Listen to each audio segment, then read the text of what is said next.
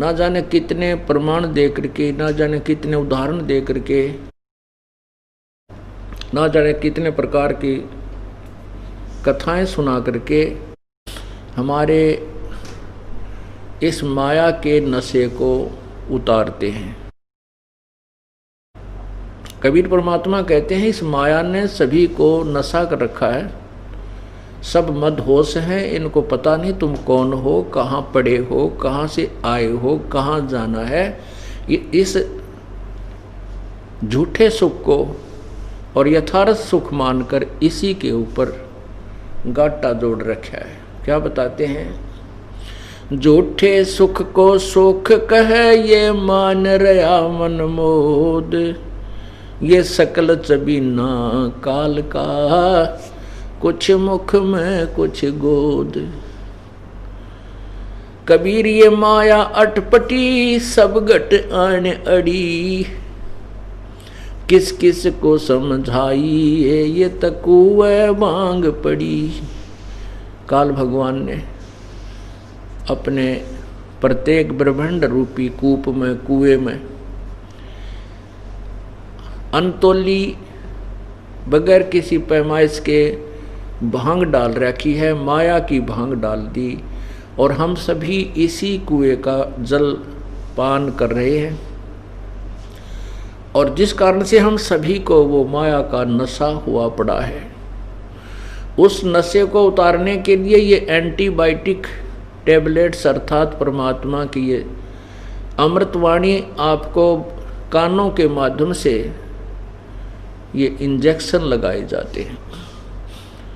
जिन पुण्यात्माओं को नशा कम है उनका शीघ्र असर हो जाता है, वो शीघ्र जाग जाते हैं, और जिनके ऊपर माया का नशा ज़्यादा बन गया है उनको थोड़ा समय लगेगा, लेकिन विधि यही है, तरीका यही है कि सत्संग सुने, इस वाणी को कानों के माध्यम से पूर्ण रूप से अंदर जाने दे। जैसे एक डोज होती है, डॉक्टर इंजेक्शन सिरिंज में भर के जो दवाई डालता है वो पूरी ही दवाई अंदर जानी चाहिए, तभी वो अपना काम करेगी। हम सत्संग में आते हैं या तो ध्यान कहीं और घूमता रहता है, 2 घंटे मुश्किल से मिलते हैं। 3 दिन सत्संग होता है, 10 घंटे का सत्संग होता है 3 दिन में, और महीने में 6 दिन सत्संग होता है 60 घंटे। और इसके अतिरिक्त आपके पास कितने घंटे हैं जिनमें आप कुछ भी सोच सकते हो, कुछ भी काम कर सकते हो, खाते हो, पीते हो, सोते हो, ना जाने कि कितनी सोच सोचते हो। तो वो बतेरी सोचने के लिए इस मन को उस समय लाए रखा है।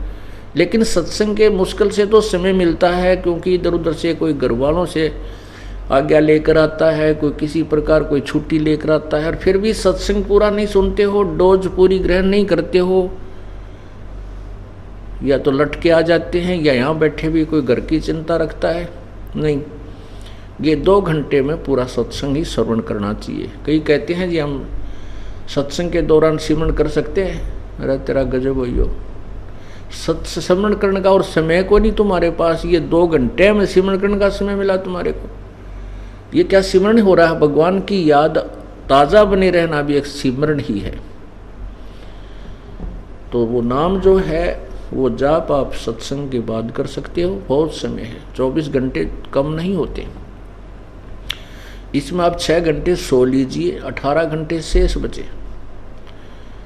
इसमें आप 8 घंटे मजदूरी भी कर लीजिए, 10 घंटे कर लीजिए, फिर भी आपके पास पर्याप्त समय है। और मजदूरी सेवा काम करते समय जैसे हम कहीं आते हैं, जाते हैं, घूमने फिरने जाते हैं, कोई बस में सफ़र करते, तो हम स्मरण कर सकते हैं, जाप कर सकते हैं। ऐसा सिंपल वे बताया परमात्मा ने, बहुत ही साधारण सी विधि है। तो परमात्मा हमें बता रहे हैं कि झूठे सुख को सुख कहे ये मान रहा मन मोद, ये सकल चबीना काल का, कुछ मुख में कुछ गोद। ये सभी काल आहार है। 1 लाख मानव शरीरधारी प्राणियों को ये काल भगवान प्रतिदिन आहार करता है, खाता है।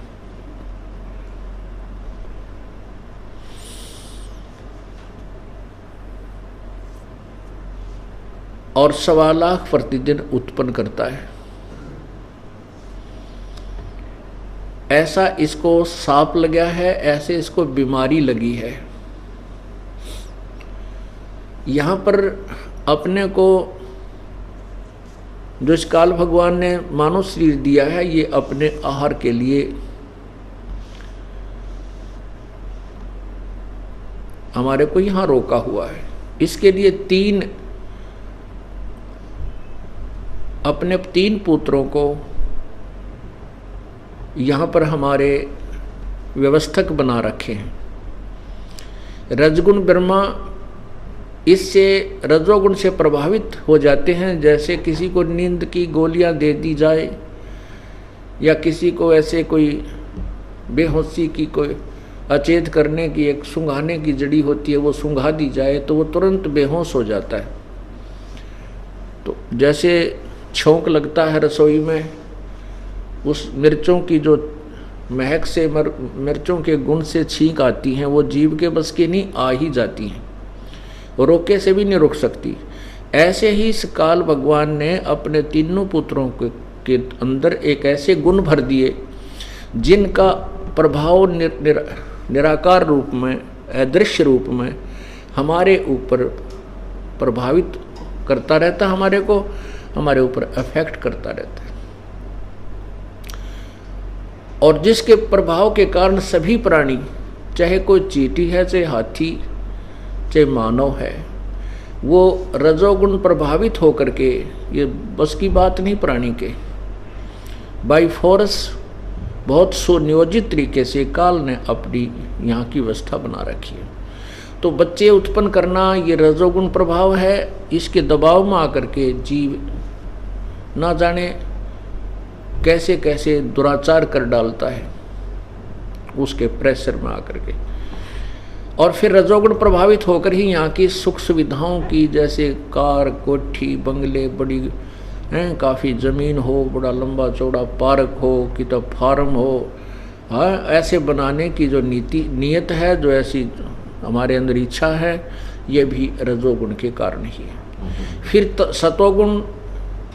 सतोगुण श्री विष्णु जी, इनके अंदर जो गुण भर रखा है सतोगुण का, वो आपस में मोह, ममता, संपत्ति में, पोते पोतिया में, बेटा बेटी में, आपस में, पति पत्नी में, भाई बहन में, ये ऐसा मोह है कि क्योंकि मृत्यु तो यहाँ होती रहती है। और फिर देखो क्या हाल हो जाता, हमारी टक्कर मार मार कर रोते हैं और बहुत समय तक हम उसकी याद भुला नहीं पाते हैं। ये जो सतिथि बनाए रखने के लिए जो मोह ममता हमारे अंदर प्रवेश है, हमारे बस की बात नहीं, ये भगवान विष्णु जी के गुण का प्रभाव है। क्रोधित हो जाना, 1 मिनट में ना जाने क्या झगड़ा हो जाए कि बाप बेटे को मार डालता है, बेटा बाप के लठ मार देता, उसकी मृत्यु हो जाती है। और फिर प्रलय रूपी बहुत सी क्रियाएं हैं जो भगवान शंकर, वो तमोगुण युक्त बना दिया, वो करता है। ये तीनों पुत्र हैं ब्रह्मा जी, रजगुण ब्रह्मा जी है, सतगुण विष्णु जी, तमगुण शिव जी। तो परमात्मा कहते हैं, परमात्मा हमें ये समझाना चाहते हैं कि तुम इस झूठे सुख को सुख कह रहे हो, इस झूठे सुख को सुख कहे, ये मान रहा मनमोद, ये सकल चबीना काल का, कुछ मुख में कुछ गोद। 1 लाख तो कल खा लिए, 1 लाख की आज तैयारी, 50-60 हज़ार तो मार लिए होंगे अब से पहले उसने। और उसके बाद बाकी जो हम अपने बच्चे समझ रहे हैं, अपना भाई बहन समझते हैं, माता पिता, ये हमारे साथ बहुत बड़ा धोखा किया हुआ है। और हम आपस में एक दूसरे से दूर भी नहीं होना चाहिए और हो भी नहीं सकते, क्योंकि हम तो काल के जाल में, काल के घेरे में बंद हैं। हम काल के घेरे में बंद हैं और इस में हम आपस में भी एक दूसरे के साथ खींचतानी करके झगड़े करके तो और ज़्यादा दुखी हो जाते हैं। इसलिए हमने आपस में प्रेम से रहना चाहिए और यहाँ से छूटने का प्रयत्न करना चाहिए। जो तरीका विधि परमेश्वर ने आके बताई है उसको पूर्ण रूप से अप्लीकेबल करना चाहिए, उसको पूर्ण रूप से हमने अमल में लाना चाहिए ताकि हमारा पीछा छूटे।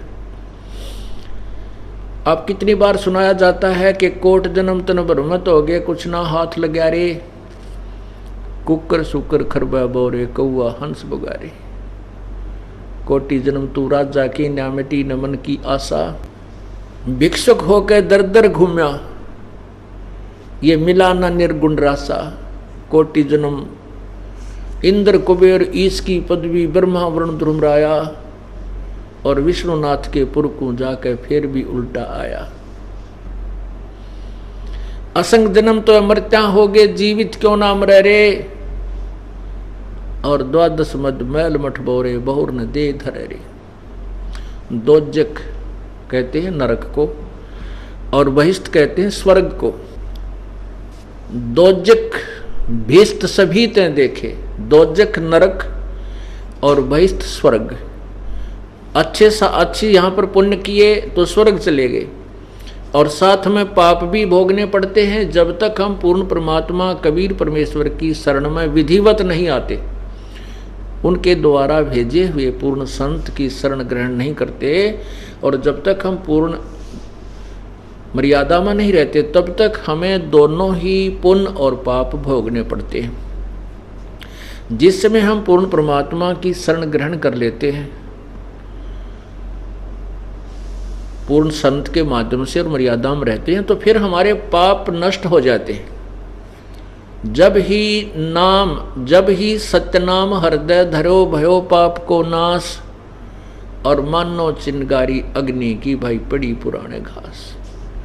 ऐसे हमारे पाप नष्ट हो जाते हैं जैसे सूखे बहुत बड़े ढेर में सूखे घास में एक ही माचिस की तिल्ली यानी एक अग्नि की चिंगारी लगा दी जाए, वो सबको जलाकर सभा कर देता है, राख बना देता है।